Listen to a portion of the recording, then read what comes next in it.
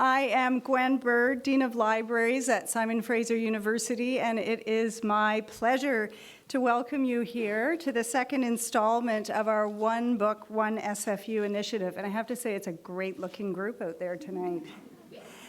This series started in November 2015 when we welcomed Teju Cole and Eleanor Wachtel to this stage. And tonight, we're delighted to welcome two brilliant writers, Maggie Nelson and Amber Dawn, who will take the stage in just a moment.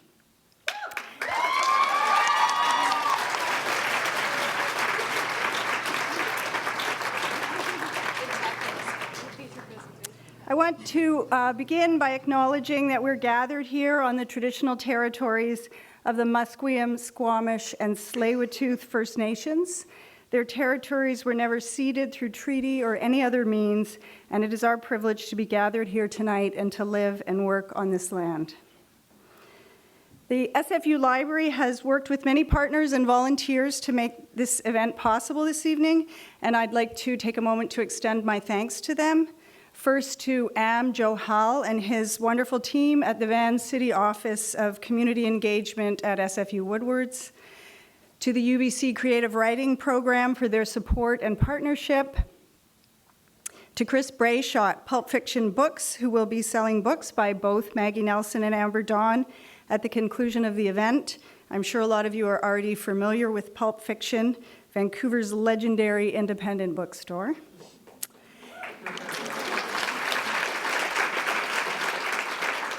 I want to thank all the staff and volunteers who have helped out with the production of this event. And I'd like to extend special thanks to Baharak Yosefi, Head of Library Communications.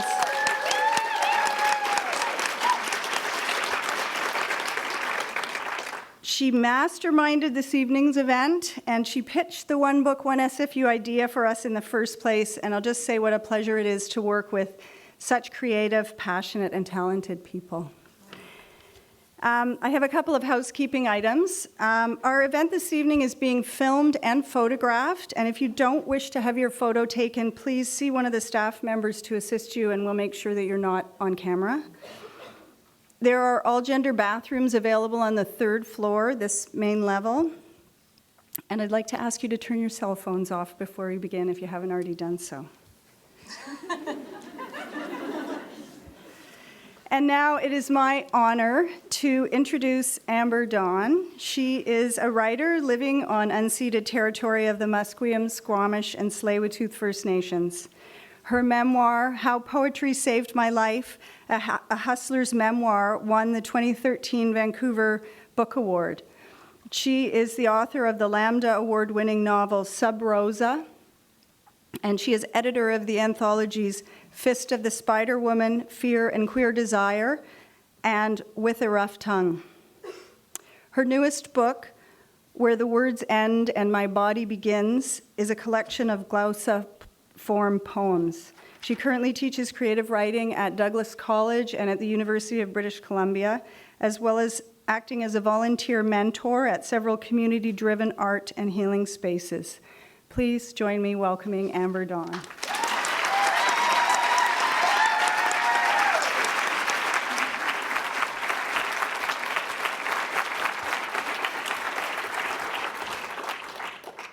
It is profoundly apt that the Argonauts was chosen for this year's One Book, One SFU. In reading the Argonauts, Maggie Nelson perhaps invites us to read more than one book. It is a book that allows us to witness the many miracles of everyday domestic love and family and placemaking. The Argonauts also examines over 30 years of feminist and queer texts, from scholar Eve Shedwick to sex ecologist Annie Sprinkle. It is a book that coincides and speaks to queer and trans visibility within the mainstream, in particular California's Proposition 8 ballad, and the growing yet frequently reductive appearance of trans representation in popular media. The Argonauts observes queer ideas and aesthetics that have never been and will never be mainstreamed. like Burns and Steiner's Art Porn Community Action Center, and by hook or by crook, arguably the first trans narrative film written and directed by trans filmmakers, those filmmakers being Silas Howard and Nelson's own partner, Harry Dodge. The Argonauts becomes more than one book with each new reader. So yes, my dear audience, the Argonauts should become something unique to you if you apply its complexities to your own remarkable lives. Please allow me one more comment about the Argonauts before I invite Maggie Nelson up. The Argonauts is by no means cumulative. However lauded it is in its reception, it is not the apex of Nelson's auto theory, her combination of autobiography and critical theory. Rather, this book continues the Nelsonian approach to meaning and craft, an ever-growing body of work that performs a slippery and nimble otter-like movement between the experiential and the theoretical. And to better understand what I mean by a Nelsonian approach, I encourage you to read her other 9 books, 4 of poetry and 5 nonfiction titles, and to further engage in this vital and multifarious dialogue that Nelson offers us. Tonight, the dialogue is going to unfold like this, as a reading of the Argonauts followed by a artist in conversation style Q&A with brief time at the end for questions from you, the audience, followed by a book signing at the end. Please welcome Maggie Nelson.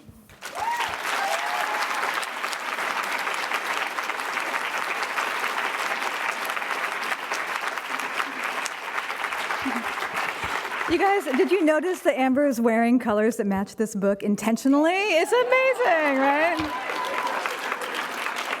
And with lipstick that exactly matches the jacket. It's just amazing. So maybe I've kind of, well, I'm blurring black. Anyway, it doesn't matter. Thank you so much for having me. Thank you for making this possible. I'm so glad to be here.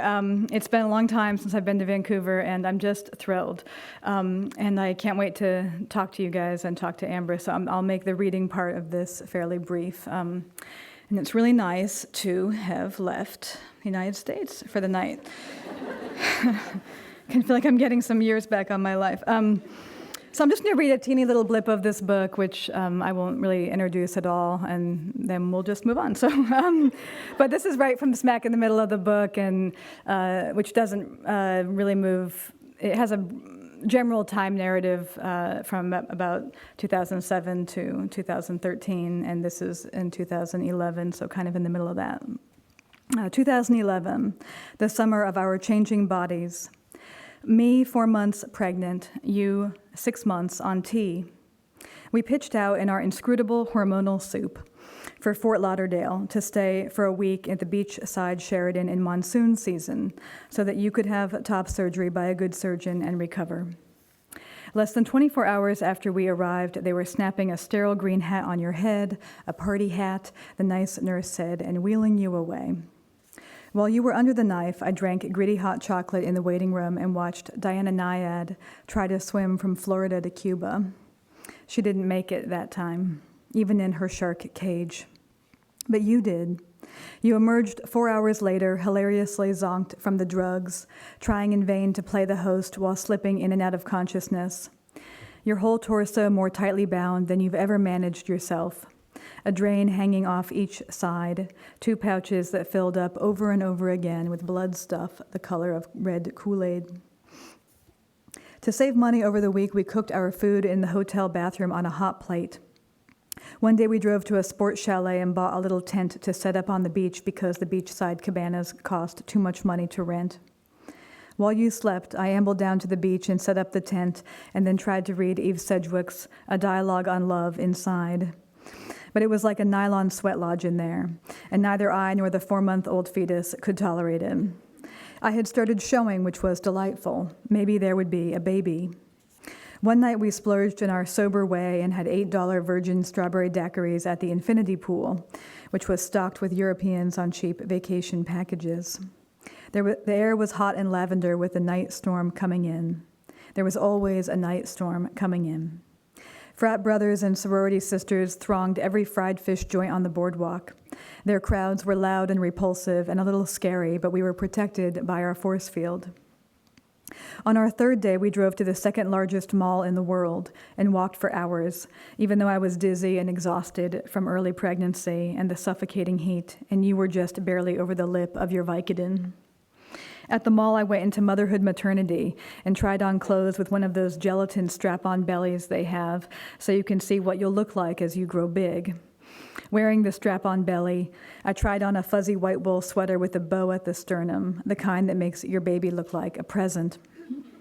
I bought the sweater and ended up wearing it back at home all winter.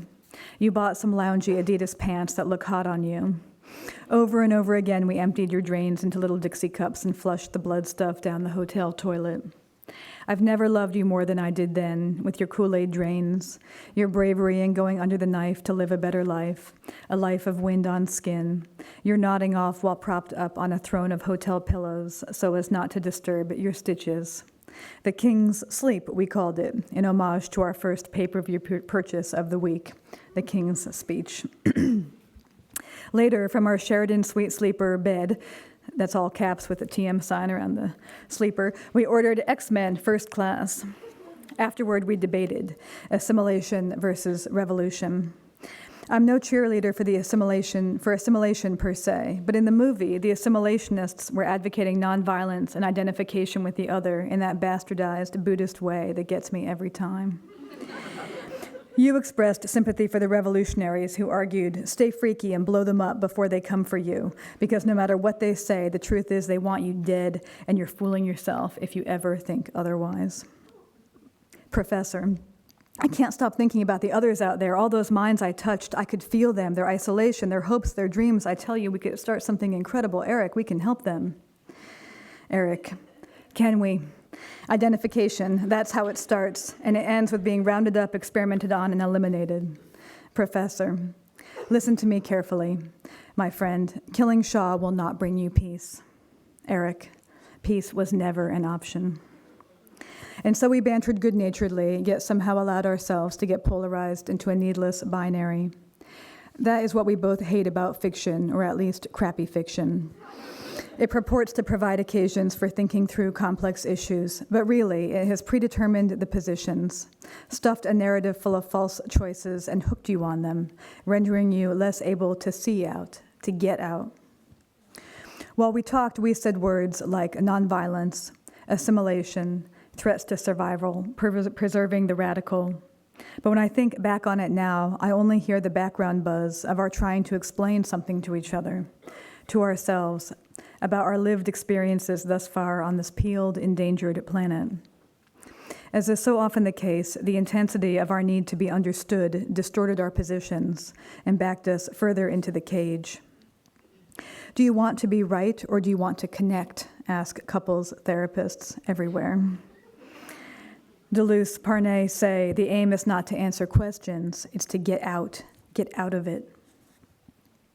Flipping channels on a different day, we landed on a reality TV show featuring a breast cancer patient recovering from a double mastectomy.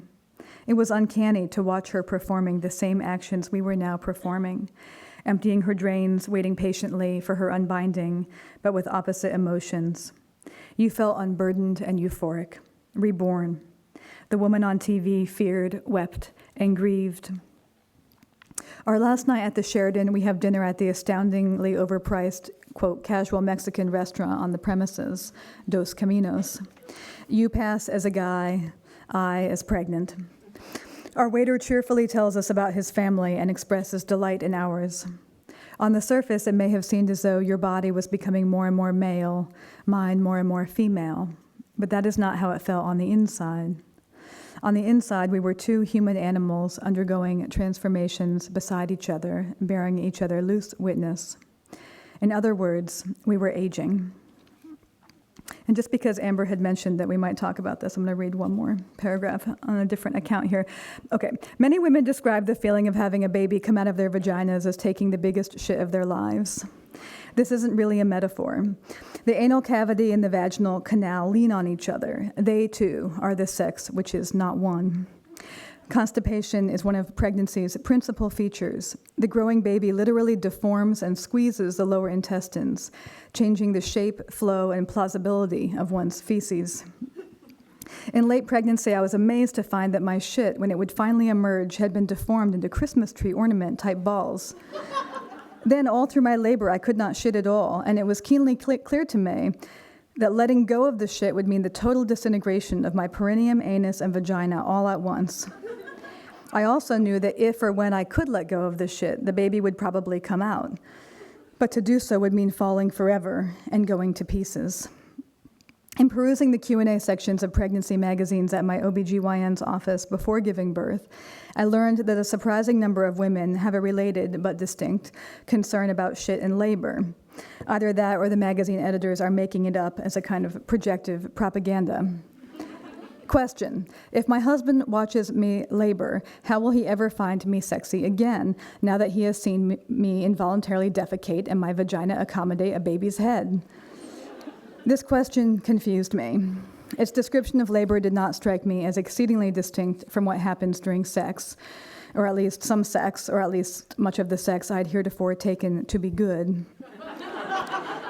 No one asked, how does one submit to falling forever, to going to pieces? A question from the inside. I think that's all I'll read. Thank you.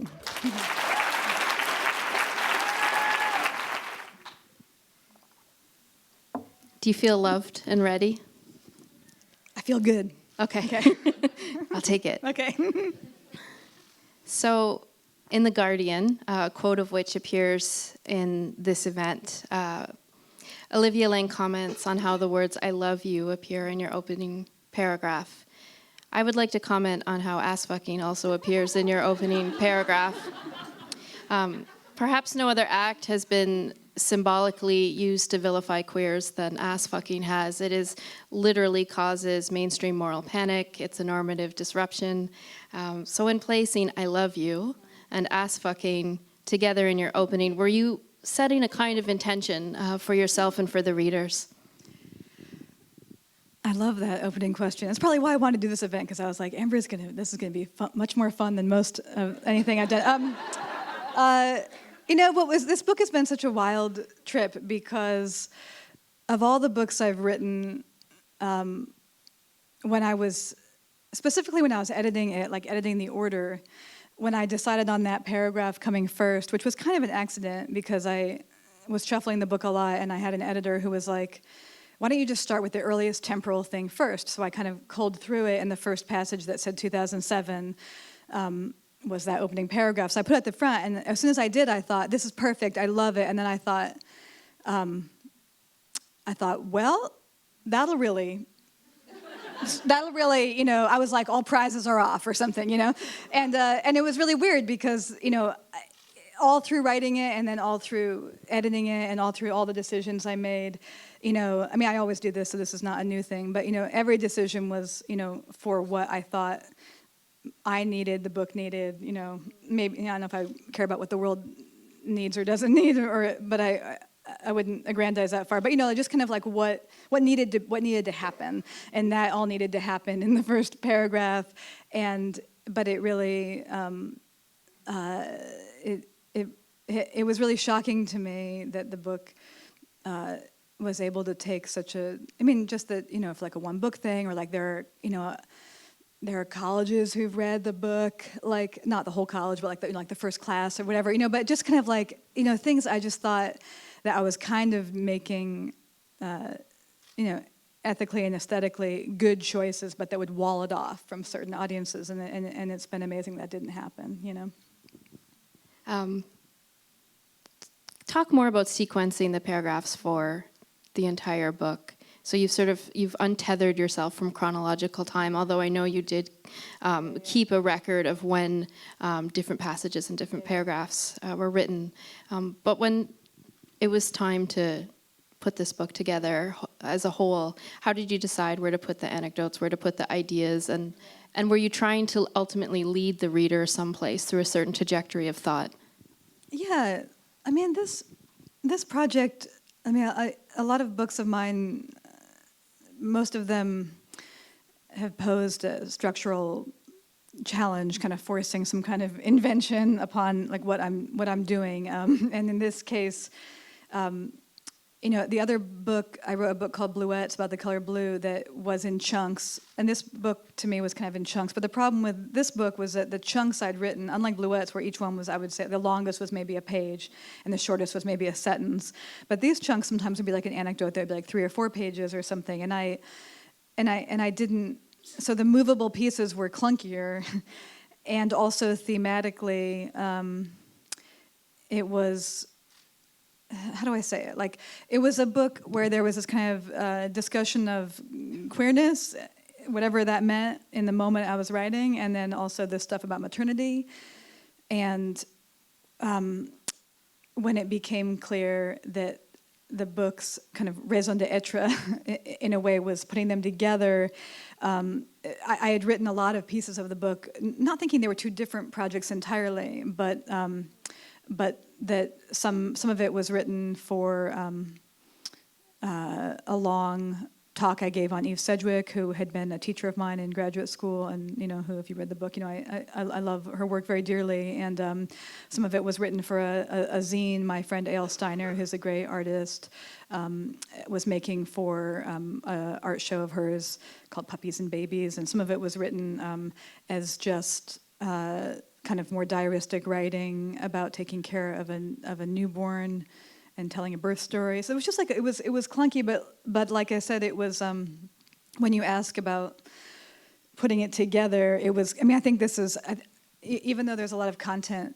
to talk about, I think essentially I'm kind of a formalist in a way, in that like the interesting questions to me are like, how does the structure of the book and how the journey goes through, how does that make its own form of argument about why queerness and maternity belong together, if I'm making sense, So they kind of have to be doing it.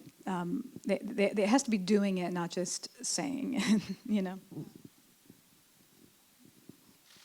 So yeah, I knew I'd Which is, have I a guess, lot to think about. Which is, I guess, kind of the difference between I've done more academic writing or other things, but to me, I don't really like what is creative writing? What is creative? Like, whatever. What's that word? So weird. But to me, what's creative, it's not whether it's critical or whether it quotes people or any of that. It's about whether or not you're kind of using a received form, like this is what an academic paper sounds like, versus kind of trying to read it back to yourself and be like, it's like a different sense in my body anyway, where I'm kind of trying to feel what I've made together, and that requires a lot of, putting work away, bringing it out 2 days later with a lot of coffee, and using yourself as like a guinea pig of just like, what, is this, symphony like a bunch of, people whatever, like people hitting bad gongs, or is it like, am I making it come to music, and it's a hard process to describe, I'm going to skip ahead a few questions because that was interesting, and this question might probe a bit more of that. So during an interview with Lisa Newsom for the Nonfiction Now conference, you talked about this chicken or an egg idea of how self is made or how self moves while writing. And to quote you, don't quote me, to quote you, does writing happen to me or do I happen to my writing? I've certainly thought about this as well, especially after during and after my memoir. Am I crafting this memoir? Is this memoir starting to craft me and how I am perceiving my lived experience? So how's that chicken or an egg question unfolding for you? How did it unfold during the writing of the Argonauts? And then also since it's been received and people have responded. Do you mean kind of in a psychological way about like the formation of self, or do you mean more like where does the writing come from, or both? You know what I mean? I kind of meant the where does the writing come from, but as soon as you said a psychological approach to self, I'm not going to stop you from from maybe entertaining that as a question as well. Well, it's a post-structuralist dictum, right? That discourse, creates bodies or whatever. That kind of faith. And I don't.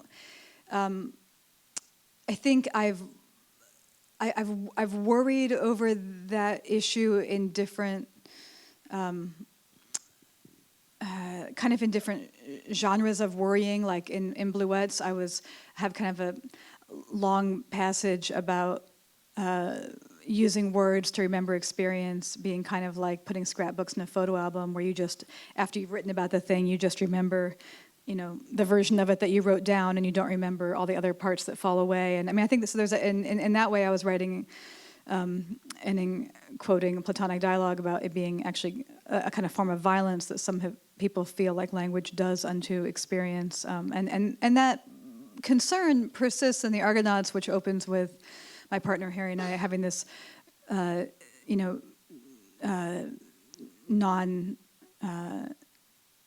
non-internecine fight about whether or not language is good enough, and my kind of Wittgensteinian insistence that you don't have to worry about that which falls away from language, because it'll always be there within language. It just won't be, it's contained by it, even if it's inexpressible.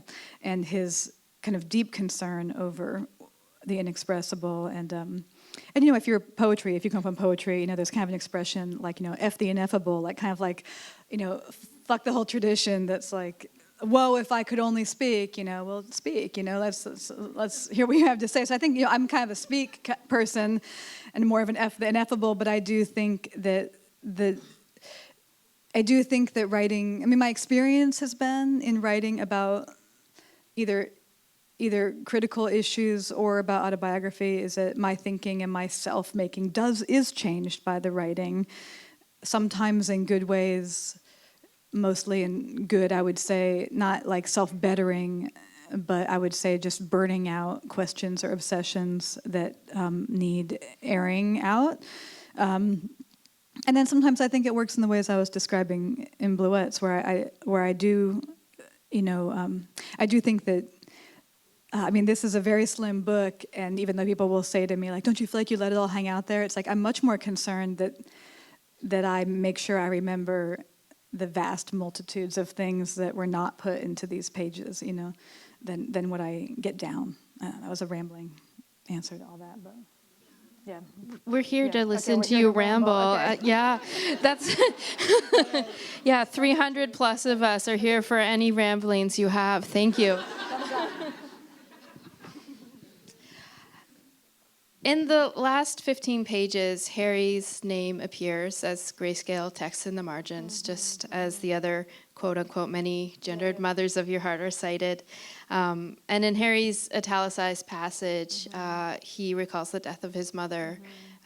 His witnessing is told in a poetic voice that's very characteristic of Harry Dodge, or how I know Harry Dodge, the artist. So my first thought when reading was, this death is beautiful. And then my next thought was, hey, is this the first time death is described in a queer book? I've grown really accustomed to trauma and violence being central to queer narratives. And I think for those of us that are voracious queer readers, our intersectional readers, we see Indigenous narratives, queer narratives written by Black and brown queers, trans narratives, all bringing us very close to some kind of trauma. Lucia Clifton is one of the poets that you mentioned in the Argonauts, and she was a Black lesbian poet who grew up in Buffalo, New York in the 1940s, who's probably most famously known for one of her lines of poetry that says, "Won't you celebrate with me that every day something has tried to kill me and has failed." So you certainly don't avoid trauma and knowing your body of work. You don't avoid or dilute these realities. But in the Argonauts, you employ what looks to me such a careful hand, and dare I say such a beautiful and nuanced hand with these themes. Talk about intention, and then also, if you can, talk about how the book has been received within queer and trans communities. Wow, that was a lot. So interesting. It's just really interesting to think about different formations of different representations of trauma. And I don't know. I don't want to get into, not to get into this territory, but I was just, there was this kind of conflict at Reed recently, where Kim Pierce went and showed Boys Don't Cry, and was met with a lot of protests. And it was really interesting to me, not to get into the nitty gritty of kind of some of the crap that went down, but more this kind of ongoing question, which has preoccupied me for a lot of my writing life, for 3 books in particular, a book called Jane and Murder, a book called The Red Parts, and a book called The Art of Cruelty, where all of them were really perplexed about, the kind of wild ethics, kind of wild rodeo of ethics of representing violence in art and text, and the ways in which, best intentions kind of mean nothing in the face of such difficult material, and that for some people, and I really believe this, that for some people, it's healing and progressive to not see narratives that go into the heart of traumas, or that redo the trauma of watching people be killed over and over again, such as Brandon Tina and Boys Don't Cry. But I think for some people, and I would put myself more in this category, not what I want to see with other people's work, but just in my own work in life. There are certain things I've needed to revisit fairly obsessively, and we were talking in the so-called green room prior, but about even the title of The Red Parts of a book of mine was really about, I'm sorry, I'm just delving super dark, but just getting into the actual wounds of my aunt's, gunshots and death, and visually, because that book was a memoir that had a lot to do with having to see on a screen, about half that size, but a large screen represent a real trauma. So I think I've been really interested in those kind of issues for a long time, but this is all a long lead up to say that the Argonauts was I was really committed to trying to write a book about happiness, and I really wanted this book about The Color Blue to be about beauty, and it ended up being about pain, which is fine, but it was about beauty and pain. I think it's a beautiful book about pain. But, I have a friend, Michael Snedeker, who wrote a book called Queer Optimism, and it was kind of inevitable, right? You've got years of queer failure, then someone's going to write queer optimism. It's we just kind of go in these, I don't think whether it's Afro-pessimism or, queer pessimism or optimism or, failure, I think it's asinine to imagine, are you in the failure or the optimism camp? We're all doing work that needs to be done, every angle needs to be approached. But the way that things go in life, there can often be maybe it's kind of an academic thing, but there often are trends or whatever, But I did feel for me personally, I was interested in Sarah Ahmed's work on happiness, and I was interested in Michael's book about optimism, and I was interested in my own difficulty in bearing witness to happiness, because I tend to believe in a kind of Buddhist sense that if you don't stop and notice when you feel happy, it's very evanescent and it really might slip you right by. So in a way, I was kind of trying to do a writing practice where I, it's not an all happy book or something, but unlike the death scenes, say, in The Red Parts or something, Harry's description of his mother's death that you mentioned is very beautiful, and I think encapsulates the horror and the astonishment of watching somebody pass from this world and all we don't know about that. And I think that, the birth story that's also in the book, which is juxtaposed textually with Phyllis, Harry's mother's death, I think, I was also trying to. It was another. I'm sorry. You're just going to walk away from it. We're Maggie Nelson came and all she said was birth and death were, beautiful and horrible. Big deal. We know that, right?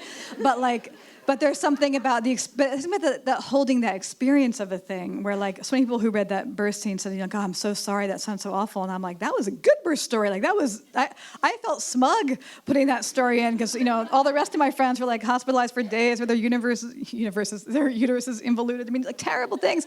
And I was this worked out. Thumbs up. But nonetheless, also the most also face to face with death for sure, So I think it was really kind of an exercise. The whole book was in trying to, hold that kind of a ball up, but with a light on it that was a light that was interested in queer optimism or happiness, because it was also just a challenge. Like, happiness is boring. People get, like, I read online, someone on Goodreads said, like, you know, I just hate her face and I hope her partner dumps her. You know, just kind of like, it can make, I think, I mean, that could be for other reasons, but like, I think there's something about it. The difficulty as a writer in trying to do that is that it's not a feeling that easily shares. So I think it was really interesting for me, just as like an aesthetic challenge, to wonder how I would do it, you know. I thank you for it. And I distrust quote unquote queer happiness. You know, I have come to think that queers get to be happy when they're selling real estate in advertising or something like that, or they're on a campaign for something at a government level to move forward. And I sincerely felt happiness and optimism, and that happiness to me became like a disruption within a disruption. Like, a queer narrative to me is still a disruption, and to come away at the end of the book and feel like there is more possibility, more freedom, more joy. I thank you for doing that. Right on, thank you. Okay, I'll ask you even a more uplifting question, perhaps. So, Argonauts hails the mentors, Christina Crosby, Sedgwick, and again, the many gendered mothers of your heart. And you're now a mentor. You teach, and you have certainly become perhaps a celebrity, but at least a very influential among a growing number of writers. How's it feel to arrive as a mentor yourself? And is it shaping your writing, your idea formation? How do you approach your current work? That's such an interesting question. I don't think about it really. I mean, I think it's one of those things that, like, you never really, you know, once a student, always a student. Like, I know that I am that, and I do, you know, I've taught, gosh, I always remember, I think 1999 was my first year teaching, so that's a while, you know, moving on to, oh my God, like moving towards 20 years or something. So certainly it's a big part of my life, and I like it. I think the reason why I say I don't really think about it much is that I don't think that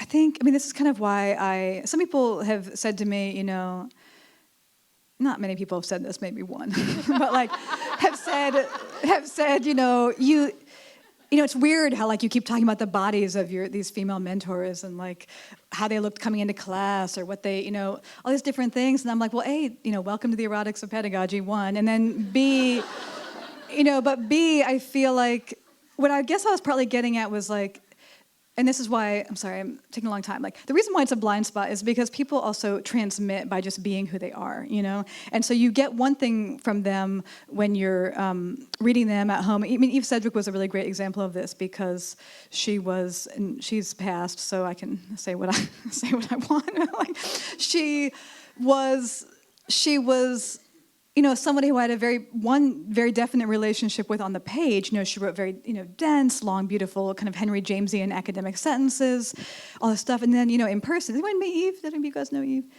I know, but like, you know, in person, she was very, you can watch on YouTube, but like, you know, she was very halting and had a really high voice, and, you know, but was like amazingly, like, you kind of had to take really long pauses and then would just say the most incisive things you'd ever heard in your life, but kind of Cohen-like. I mean, it was just really different, you know what I mean? And it was everything all together, and it was when near the end of her life, or she, you know, was kind of in and out of breast cancer treatment for many years, maybe more than a decade, I think, actually, before she died. And she was very into Buddhism and textiles, and took many trips to Tibet and wrote about the Tibetan Book of the Dying and about American Buddhist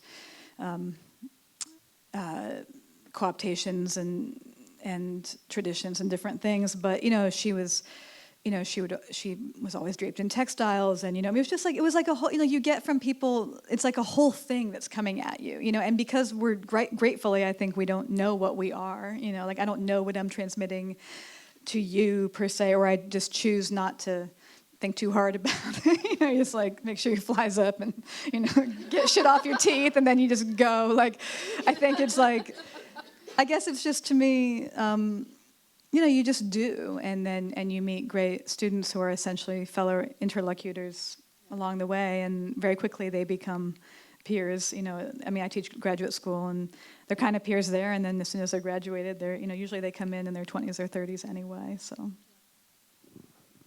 We have arrived at that time where we can take questions from the audience, so I'm going to have the wonderful Cameron in the booth raise the house lights just a little bit. We have 2 mic runners who I am certain will identify themselves.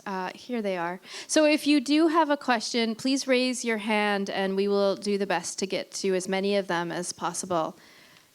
And is this working? Yes? I can hear you. Excellent. Hello. Hi. I guess, I don't know if I'm going to phrase this very well, but what I really like in your writing is kind of this rejection of really easy binaries, and kind of the freedom and sense of possibility that you can get when you transcend them. And I guess I'm just struggling to reconcile that with this era we're in, where you kind of are forced to take a side, like Trump or climate change or the rise of racism. I'm wondering if you have any thoughts about that. Yeah, it's so interesting because I was just saying to Amber, I'm doing an event with Judith Butler on Monday, which is really exciting to me, and I was reading some things online, and I was reading this crazy article. If anything has American in the title, like American Thinker, American Federalist, like, don't click on it. Like, it's not, good things aren't going to happen. But it was really funny because I clicked on it. Why am I even going into this? I hope this isn't like, anyway, it was basically saying, it was some right-wing thinker saying, like, how ironic, isn't it, for somebody who deconstructed the gender binary, she thinks that, there's a side to take between Israel and Palestine, like between Zionism and Palestinian, like autonomy. And I was like, what kind of dense world is it where, like, like, what do you mean, like, you're against any binary, like, you're against any side, like, you're against any position? Like, it's not, like, that's just, it's, like, nonsensical. So I think it's so, I think we have to be, we can be elastic and nuanced and also stand up for what we believe, and I think that you asked me before, Amber, about the reception of the book, and I think from queer and trans communities in particular, I think the best thing that has happened with this book, which has been amazing to me, because when it was in manuscript, one friend of mine, a gay male friend of mine, is one of my best friends, he said, like, there wasn't enough, like, queer solidarity in it, because I think in the earlier drafts it was a little, like, and still some of this is in there, but, it was, it has some beef with, like, queers policing other queers. So I think it was weighted a little more heavily. Maybe I was ranting a little bit now and then. So I think it was good. That was good to hear. But I think the point was that, like, oh my God, what was the point? The point was that, like, what was inspiring about going around was that I think so many people told me was that it was precisely the feeling that you could have solidarity, within difference or within nuance or within, that they felt after reading the book that felt hopeful to them, as opposed to this feeling like, because really, I don't think any of us, when we go out, I just went to DC for the Women's March last Saturday, and it was so amazing for so many reasons, but, you don't, individual identities are, when you have, 400,000 people with different signs, they all become something. It doesn't matter if they emanate from individual causes or identities. They all become something together. So I don't think people have to be, I don't think people have to worry about taking up, like, a cause or a side. I think we can see that we're part of a much broader fellowship, which is made of us all together. I'm not sure if I'm making sense, but.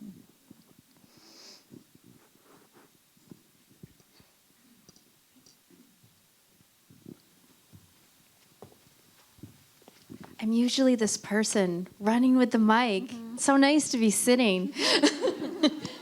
Hi. I one element of your book that really struck me is towards the end, with your discussion around parenting and parenting as kind of an act of everyday labor, that often the experience of being parented is to kind of lose these acts.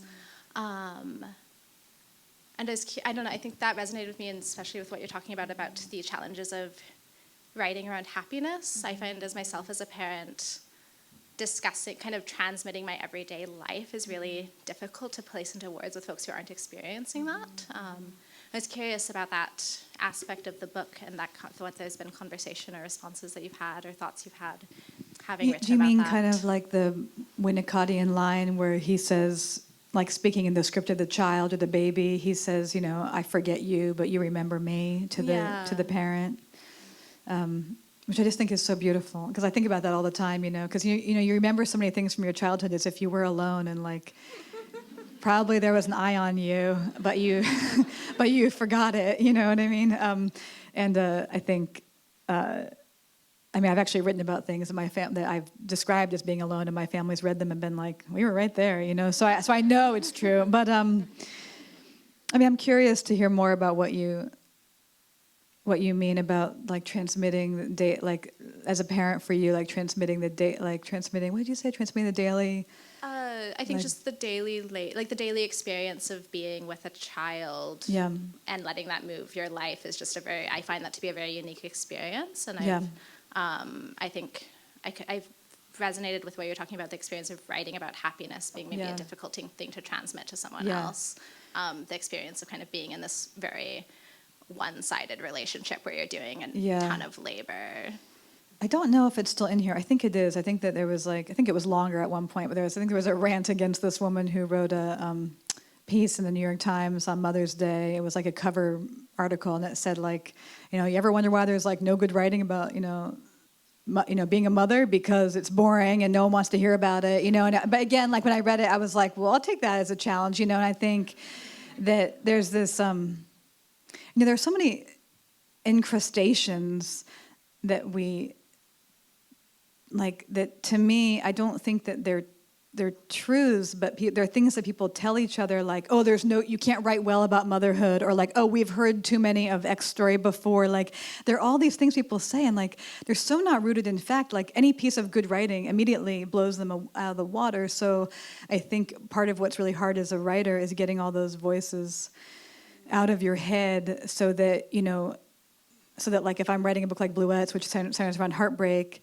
I'm not going, oh, why does the world need another book about a woman wronged who, liked a bad person? Like, I mean, like that, you're just never going to go to work, on what you need to do. You just have to stay kind of sentence by sentence on it. But I think that parenting produces that kind of challenge in living, and in writing. But the last thing I'll say on that is just that to me, this was also kind of an important book in that I had written several books that, as most, autobiographers do, and as I know as a teacher, I read many, many of these that are very harsh on their parents and really take them to task for all the ways they ruined your life. And I think that one of the hardest parts of this book for me was kind of staging a reckoning with my mother and perhaps my stepfather,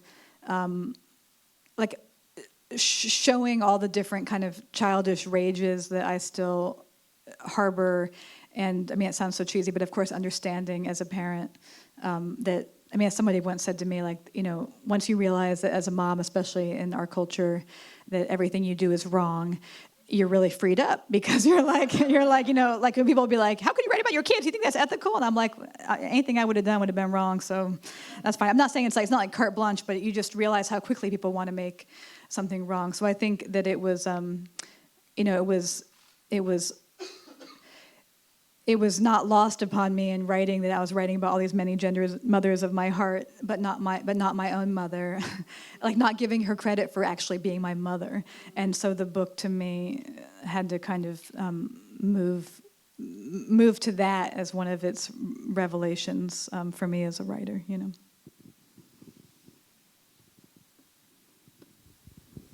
Hi. I have a half-formed question that I hope you'll entertain. I'm wondering if you could speak to your a queer perspective or provide one on the relationship between birthing a text and birthing a child. I feel like that kind of extends from what's already being said. And if we can somehow, or if you can somehow also connect that to the problematic biologism that underlines and mines a lot of trans exclusive radical feminist spaces. It's not half-formed, it's just big. Yeah, I mean, I'm not like writing a book is like having a baby kind of a gal, you know. I mean, I think that one of the gifts of queer kinship studies, or or experience, is, we were just talking about this earlier, is your aliveness. A really profound aliveness to all the ways that there can be care and attention, not running along biological ties, either in a family space or in a, extended community or in an art community, or many ways, So I think in that way, I'm not sure how I put it in the book. It's like I'm talking about Steiner's Show Puppies and Babies, and I talk about the way that, like, childbearing can be like under the umbrella of queer kinship rather than the reverse or something like that. But I think that it's one of the the last line of this book, which I kind of wrestled with because it was a little cheesy, but it ends by saying I don't know, something like the sound of our care, it's ongoing song. And I think that song of care, it doesn't, we associate it with the feminized, or we associate with these different things with care, but care to me is also caring about aesthetics or writing a good book, or what I mean. It doesn't have to just be familial or caretaking per se. So I think in that way, I think of books as great acts of attention, which sometimes take you away from your care relationships, which is one of their complexities.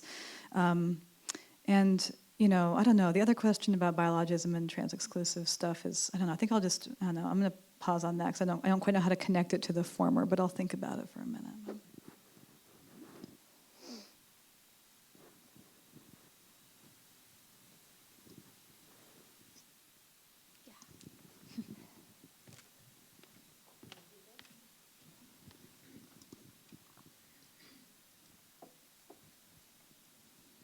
Also usually carrying a mic around a classroom.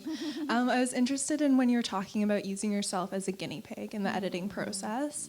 And you seem to sort of be touching on like this idea of the relationship and the role of the body in your writing. And I was just wondering if you could expand more on that, because I feel like that's something that maybe isn't always addressed, say like in a creative writing learning environment, or I'm just really interested in your thoughts about that. And I don't know if you watched Jill Soloway's talk on the female gaze, but she was describing sort of her cinematographer's role on set and the role of embodiment in their creative process, and it just sounded like what you were describing was somewhat similar.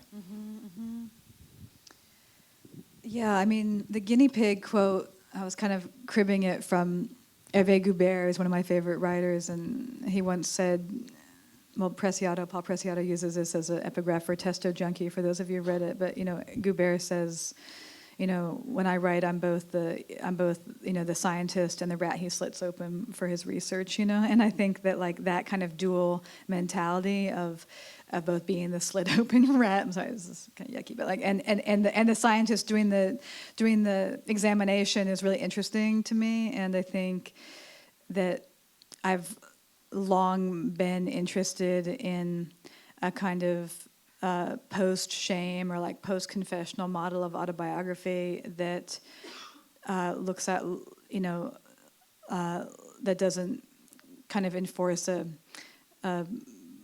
like what's private life, what's public life, but is more about what our embodied experiences tell us about the culture that we live in. And I think that there's a lot of work, especially in kind of critical race studies or in books like Claudia Rankine Citizen and stuff, that have been, that have made, I think, really interesting efforts, especially in kind of writing and thinking that she's done about Black women and health in particular, and about the ways in which, racism or aggressions are somatized, and I think it's that kind of interplay between our culture and the way that we somatize being a part of it, to me, is much more interesting than conversations about, like, you're writing so personal. Like, it's like the wrong swirl of terms or something, when there's this other, I think, really much more interesting swirl of terms somewhere else, So I think, I've kind of talked about this before in different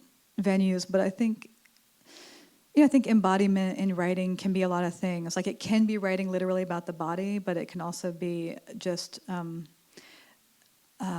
like I was kind of describing before, an increased or sustained attention to how writing acts upon the physical body when you read, like when you, as a reader and as a writer. And I think like I was saying before about kind of the role of instinct, or hearing your words back to you and using yourself again as kind of a guinea pig. Like, you have to get enough distance from your writing to, like, hear how it sounds, And I think that's the trick of being, you could make that the scientist and the rat, you could make it the writer and editor part, you can make it however, whatever kind of split you want. But I think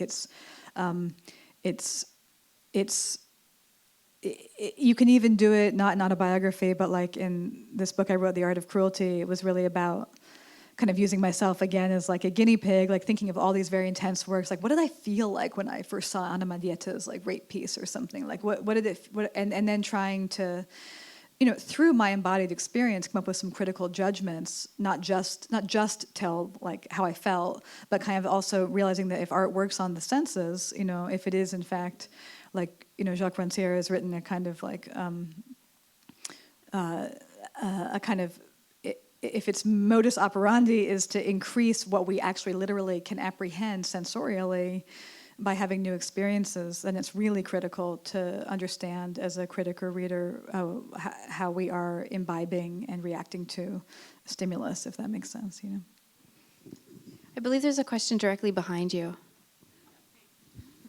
Thanks, Amber. I related to Amber's incredible blazer, like color matching, I wanted to know how you felt about the cover of this book and whether that was something that was in line with the text. Like, I don't know how much sort of relationship you have to the design of your books, or like what that pinkness felt like to be attached to your text, if that works, and like having such a relationship with color in your previous books, like what's pink with you? I'm into it. I kind of thought about the cover myself, like in terms of the kind of lettering I wanted. I mean, it's really, I was really, Grey Wolf was so wonderful with this book in so many ways, but one way that they were really wonderful is that, and we were talking about this earlier, but so many people, so many publishers want to shovel, your book to like, the Argonauts, the story of my queer family making, it's like, and it's like, I always hate that. Like, I always want the title to just like do the work and be the thing. And so I think that the fact that they just let that be the case and with, was great. And, the pink, it's kind of it's trendy colors right now, but it's also very 90s colors because of ACT UP, which was, and like Lesbian Adventures and stuff, who were all my people when I was coming up. We're the same age, so Amber's go, but, and I think since this book is, kind of embarrassingly an homage, let's just face it, to a lot of 90s, theory that I was exposed to. Somebody I read with the other day said, I love how you're not afraid to date yourself with the theory that you read. I was like, people still read Foucault, man, they do. Yeah, man, there was a lot of Audre Lorde signs at the march. Come on, man. Like, but I felt like but that was okay with me to date it in that way. I think because especially right now in the States, like, it's been a while since I thought about like the ACT UP years and the heavy AIDS years and the kind of activism and repetitive actions and repetitive being in the streets and the high stakes of people dying at such high rates and the sense of invention, urgent invention in activism and innovations in activism that had to be developed in a very short period of time and under a lot of pressure. And, I think we're in that situation right now. So I think, the past is never the past. So I'm down with the cover. I love the cover too because it looks like a spray stencil, like a guerrilla spray stencil that, in the 90s perhaps I would have stenciled all over the streets. Yeah. So I'm a Virgo, and being a Virgo, we have time for one more question. And I am seeing one in the back. It looks like that's where the mic is headed. Yeah.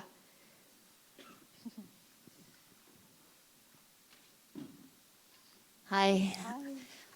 So I was accepted into CalArts, and I really wanted to study with you, but I wasn't. I couldn't get the money together, and I was just wondering, how do you deal with that? I don't know if you like. I feel like sometimes we perpetrate the systems that oppress us. So, what is your relationship to that?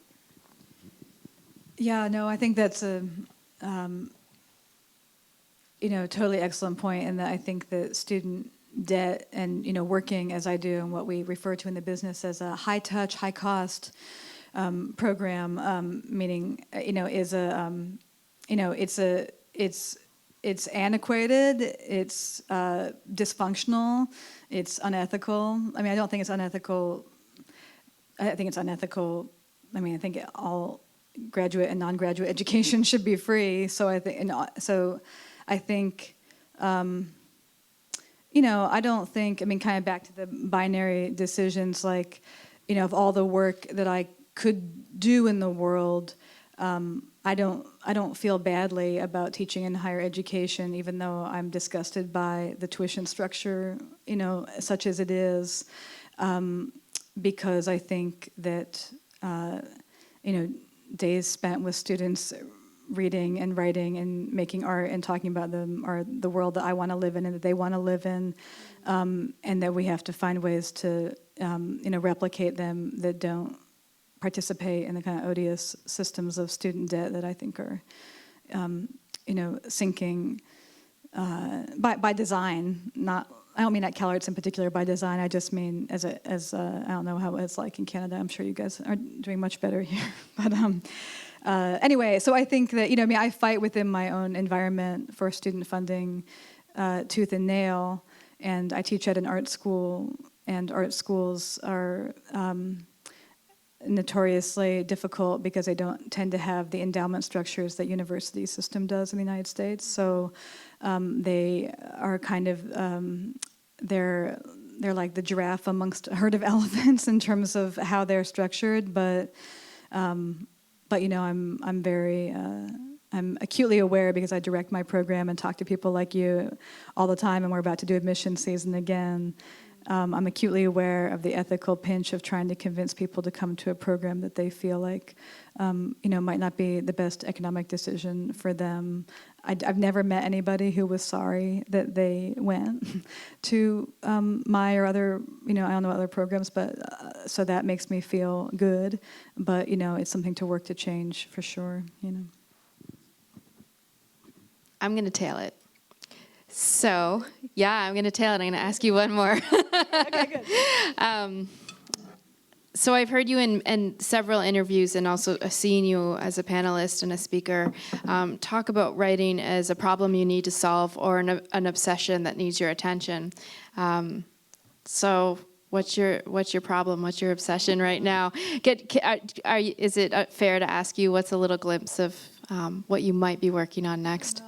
I have this book I've been working on before the Argonauts that I was working on. It's a more critical endeavor, so it'll vastly disappoint anybody who wants to know the next chapter of my familial life. But don't all, I'm sure you're all not stampeding to know. But I have to say that, right now is a hard moment because politics are kind of galloping ahead. And since the project that I have been working on is a very hydra-headed project that's loosely arranged around the questions of freedom, emancipation, and liberation, kind of what I did around cruelty and the art of cruelty, because I'm very transfixed by how the United States, and probably here to some extent, but I think more in the United States because of its history of chattel slavery, you have, two highly developed discourses about freedom. One, a kind of white settler notion of freedom as something that you have and that no one can, you have to fight people off who are trying to take you if they want to take it from you, and then the other as the utterly never yet arrived, endlessly obstructed, promised land to be free, stemming from, slavery through, civil rights and through incarceration movements. So I think, and I think that those two differing discourses. I mean, I've always been really interested in, Wittgenstein's probably my favorite philosopher, and this passage where he talks about, I kind of use this as the basis for the Blue Book, but when he talks about, when I say blue and when I say I'm in pain, or if I say I believe in God, like, how do we know that we're talking about the same things? Like, how do we know when we both say God, how do we know that the referent of our language is fixed? And of course it isn't, right? So I'm very interested in the way in which, in the United States at any rate, the freedom is endlessly sold, but the word means has two deeply distinct histories that I think are still in combat, obviously. So I was writing a lot about that in different ways, taking me through really interesting wormholes into chapters about female drug addiction and other really interesting things. But I think that right now, like I said, it's a little hard in that, I'm kind of letting politics gallop a little bit right now and trying to see, it's interesting to live in history, right? Like we all do, and to see, this book, it feels really dated to me now, and that's fine because all writing is dated to when it was. But, I think that it's really interesting to see how the concerns in it about homonormativity and about like, if queers get all their rights, like, what's going to be radical about us? Like, those are not the questions that people I know are talking about right now. And it hasn't been that long. They were talking about them 4 months ago, So I think it's really interesting. And sometimes as a writer, I think you just have to hang back for a minute and kind of let things happen for a little while. And then, but I'll keep working on it, So as you know, there is going to be a book signing afterwards. But before we even think about getting out our books or purchasing books from independent bookseller, Pulp Fiction, let's please give Maggie Nelson a warm round of applause.